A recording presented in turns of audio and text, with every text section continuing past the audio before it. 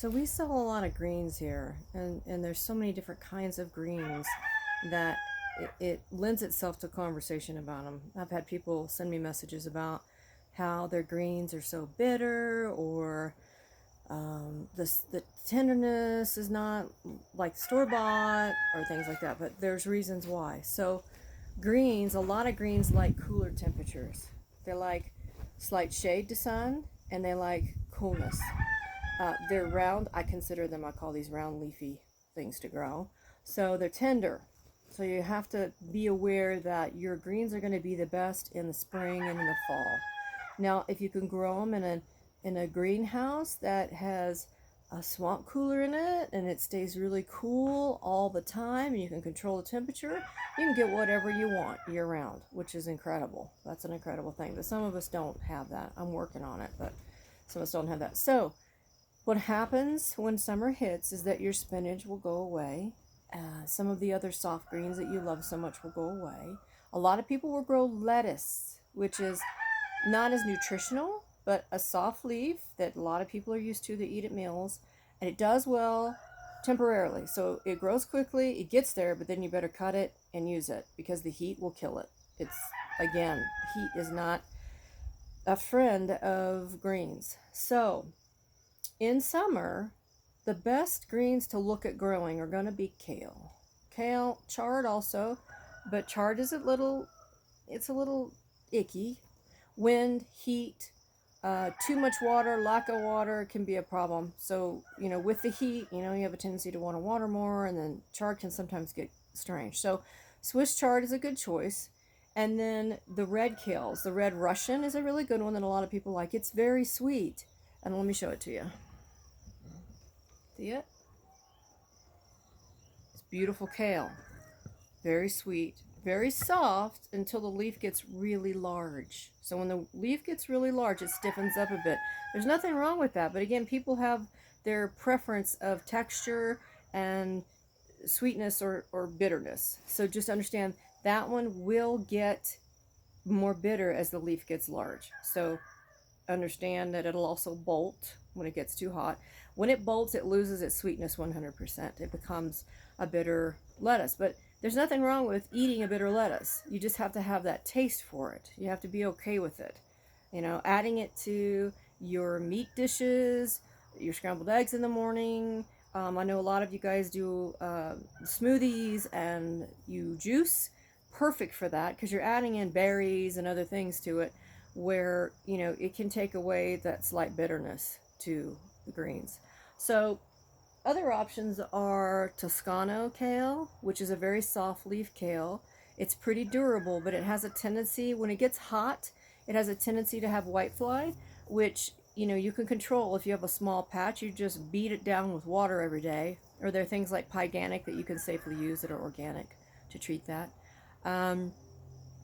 So what else? The curly Scottish kale. Here, let's look at that one. Now this one is pretty durable. See how beautiful it is? There's a mixture of kale there. There's a mixture of kale back there. Dakar kale mixture. See? Now, all beautiful soft leaf, right? But it's still kind of cool. It's in a windy area that keeps it semi-cool. But as the leaf gets a little bigger, it's not going to be soft and sweet. So understand that. Another good thing to do is, if you have the space, is to grow on scheduling. So grow the greens, and 2 weeks right behind there, grow another section. 2 weeks behind, grow another section. So you always have soft, sweet greens available to you, and they never have the chance to get too old and too icky for you. You can eat them the same way throughout. So if you can keep a schedule and do that, it's a good idea. But the Scottish curly kale is very sweet, very soft. When the leaf gets bigger, it gets a little crisper. It's a real popular one in restaurants because it's pretty. It's curly. So when you cut it up, it keeps its little curl in the dish. Mixing these is a great idea because you get all the flavors of the kale, some soft, some crunchy. Try mixed greens. That's why we sell ours mixed, to give a variety. But do remember right now, what we're selling right now is going to be a mixed kale with a little chard in it. And the mixed kale is going to be all the things that I just talked about. But some ideas for greens for you if you're curious about flavor and what happens. There's nothing wrong with your greens when they don't taste like store-bought. It's the time of the season, it's the heat, it's all of those things. You can have that same flavor, you can have the same restaurant flavor. You just have to cut them at a certain time. You have to grow them the correct way as far as temperature. But most of it is about time.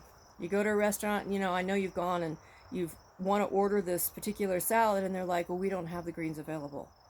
One of the reasons is because in the dead of summer, when you're sitting on a patio, the local farming that goes on, the greens aren't available because it's too hot. Does that make sense? Hopefully that makes sense. Because I said that to someone the other day and they were like, what do you mean? And I'm like, people don't know where their food comes from. It's grown regionally. If you buy it locally, you can't have all the things available to you that you usually eat and you get in restaurants. It's just not happening. And it may be that way here in the future, near future, where you're not going to be able to have your orange salad or your pineapple cake or whatever it is. I mean, you know, locally, what is available to you is what's going to be Mother Nature related. You're going to, you know, be able to eat what cool temperatures bring you or hot temperatures bring you or whatever that may be. So locally grown, when people are out there selling a bunch of junk, I saw someone earlier this year, it was probably, what was it, February? And they were selling organic produce, locally grown in Colorado, and there was corn in there and grapefruit. I'm like, wow, people really don't understand where their food comes from. Because if you see that, you would know that that is not organically grown locally. It is not. Citrus fruit is not something grown in Colorado at all. so anyway, I'm not trying to be judgmental. I'm just saying that just try to be aware that what you're growing, you know, you are taking on a big thing. I mean, you are producing something that you have to protect and you have to respect. That's what I'm trying to say. You have to respect it. It's great that you're able to do it even. We've been so spoiled with all of this food available being shipped in and, you know, walk into a grocery store and there it is, it's all pretty and, you know, it's just not too realistic. Do you know how much food gets wasted? How much food gets thrown away because they only send to the people who are selling the pretty stuff, and once it gets there, you know how much they throw away? It's wasteful, and you don't have to abide by the pretty, you know? You guys are doing great. You guys who are growing food this year for the first time, I'm so proud of you. You're accomplishing it. It's working. Just remember, temperature, time, all of those things matter. You can do it, and you can do it the way you want it, but you've got to be aware it's only accessible certain times. It's only there for you the way you want it at certain times. And you just need to pattern your life with that. Do you know what I mean? Like, I miss my spinach. I cry every year when my spinach keels over. I'm just like, oh my God. I'll have to live without my spinach until September. So, you just have to deal with it. Learn to eat kale. That's what I mean. So, anyway, running off again on a tangent, greens. So that's greens. So right now you could see greens and you'll get them probably in 35 or 40 days, depending on which ones you plant. So go ahead and do it. Whoever sent me that message the other day, I'm like, go ahead, seed it directly into the ground. You don't have to put it in a little pot in the house. You don't have to do any of that stuff. Seed it directly into the ground. That's the best way to have greens, and see what you get. And remember, small and fresh, try to cut and cook and eat as much as you can at that level. It is beautiful when it gets big and it's but the flavor changes. Just be aware of the flavor, okay? Okay, see you next time.